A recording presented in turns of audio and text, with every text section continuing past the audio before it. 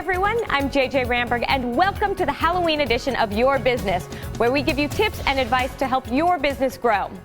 At times, they couldn't play in tune, remember song lyrics, or produce a hit record, but that didn't matter to the legions of fans who loved them anyway. The Grateful Dead may have called it quits when Jerry Garcia died, but they're alive and well to Brian Halligan and David Meerman Scott. These authors found out that these rock and roll legends have a lot to teach us about marketing.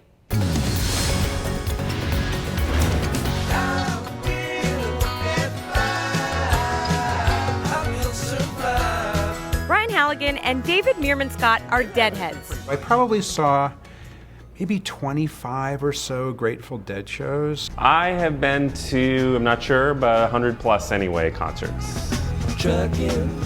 Leave it to a couple of deadheads to come up with a bunch of marketing lessons from the legendary band.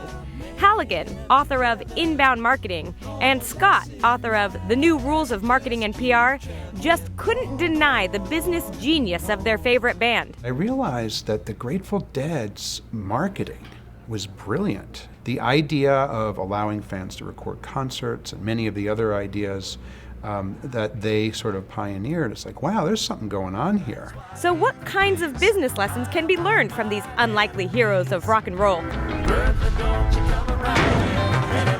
The Grateful Dead allowed fans to record their concerts. They actually established taper sections for the best sound quality. People would set up big, tall microphones pointing at the speakers to record the concerts. And then the band allowed fans to make copies of the tape, give them away as gifts, trade them with other people, and it caused the music to spread. No other band did that at the time. No other record company would let a band do it because they thought, well, if everyone's got free content that they're sharing with their friends, you know, we're never going to sell any albums. But the Grateful Dead's business model was around pulling people into their concerts. And the lesson for modern marketers is they should do the exact same thing. Create lots of content, give it away. Each piece of content you create is like a magnet for customers.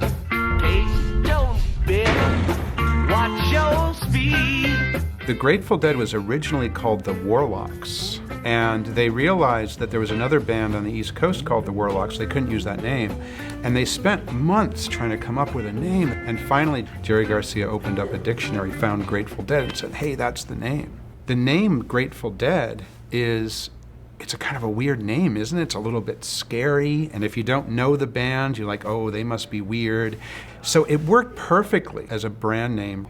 You don't have to like the band or dislike the band, but everyone remembers that name, the Grateful Dead.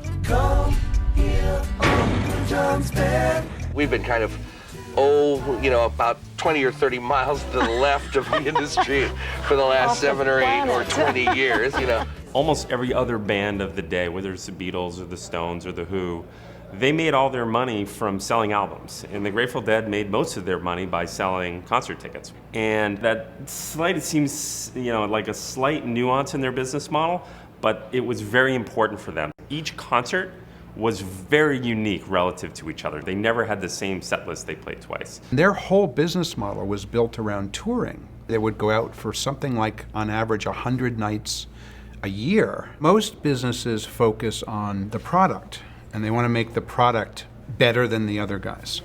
But sometimes just thinking about the way you do business and doing that in a different way than the other guys is the way to be successful. The Grateful Dead started their own ticketing office.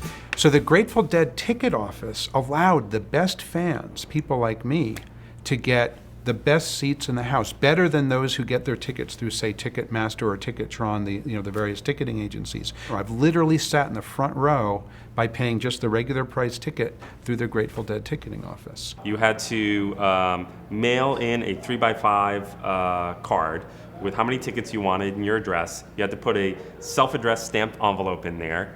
You typically spent a lot of time kind of decorating the self-addressed stamped envelope so that when they were putting the tickets in there, the idea was the prettiest envelopes were most likely to get the best tickets. This idea of treating your fans with respect and treating them to the best possible available product is something that all companies should do, but not that many do. It builds loyalty. It builds word of mouth because people say, oh yeah, I'm a fan of the Dead. I know a special way to get the best seats. Sugar Magnolia, blossoms blooming, that's all empty and I don't care. The Grateful Dead had this parking lot scene of people who would go to the shows early and hang out waiting for the show to start, and people were selling things there, including things like concert t-shirts with logos and later on other things with the Grateful Dead logo on it. And they actually licensed these street merchants to be able to sell official logo merchandise in the parking lots. And almost every other band would say, no way, we're going to crack down, we're not going to allow that. The Grateful Dead said, sure. Let's partner with these people, keep the community vibe going, give people the option of what type of t-shirt they want. Throughout the long, strange journey of the Grateful Dead, the band was never afraid to try new things and challenge the status quo. They looked conventional wisdom right in the eye and said, you're wrong. Everyone's doing it the wrong way. We're not going to follow everyone. We're going to innovate in every way, shape, or form on our products, on our marketing, on our business model. I'll tell you, my one favorite song of the Grateful Dead's is Scarlet Begonias, because it's got a great line in it that goes, Once in a while you get shown the light in the strangest of places if you look at it right. and I think that very much sums up what I've learned from the Grateful Dead. I started really thinking about their marketing strategy, and I was shown the light in a very strange place.